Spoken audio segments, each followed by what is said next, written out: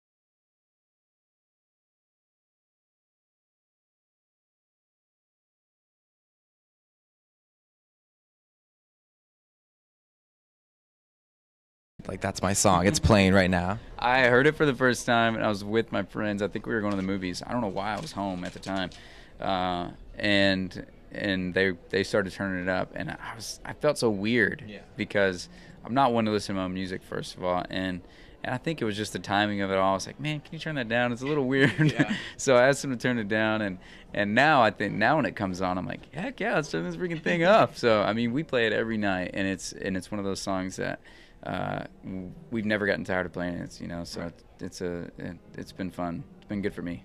That's awesome. Yeah.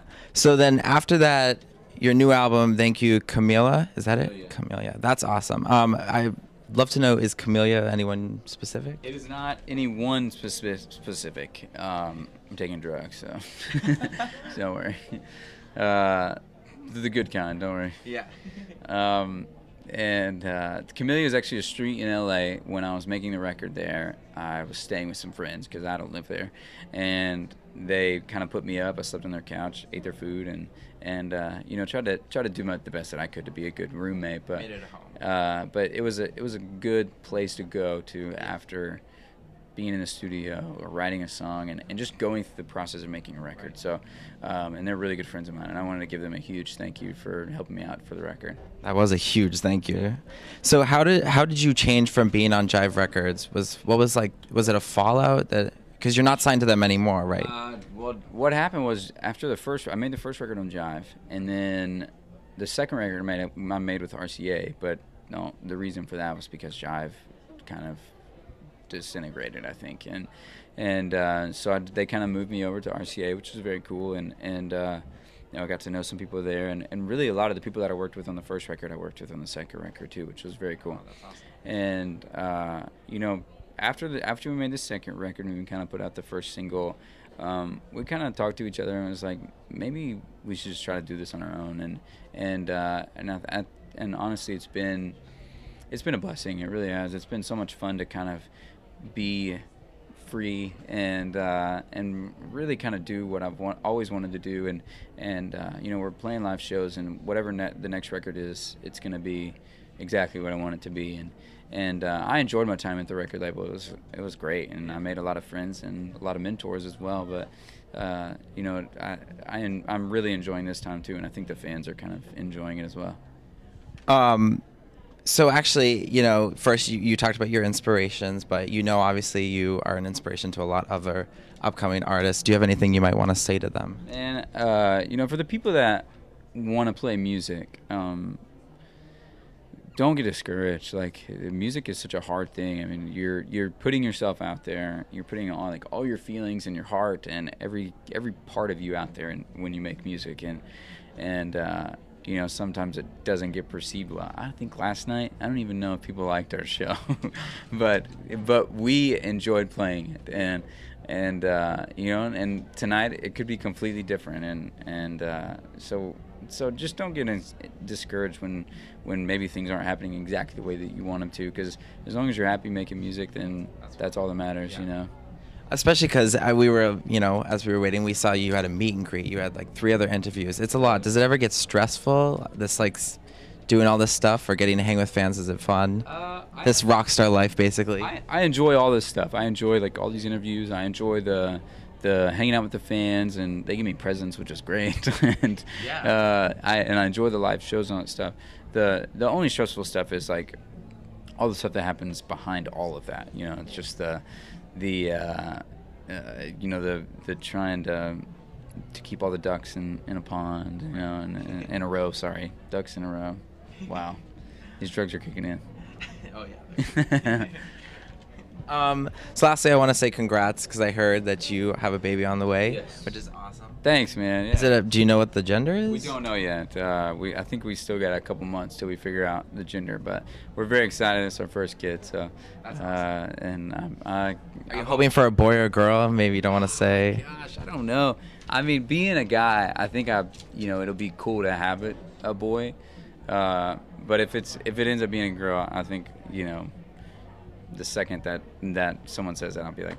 Do we ever hear of sons touring with their dads? I think that'd be pretty cool if he's like. If I'm still touring 18 years from now, yeah.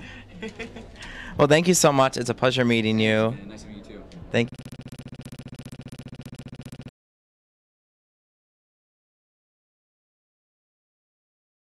A lot of fun getting to do that. So that concludes this awesome first episode of Devon's Remix. I'm Devon Rosenberg. Thanks to everyone behind the scenes, Lauren Screeden, Jimmy Young. They helped a lot today with putting the show together, so I gotta thank them. Thanks for watching so much, and hopefully you'll see another episode sometime soon. Thanks. Devon Rosenberg, Devon's Remix. I'm out. Okay, so let's talk about closing line. That was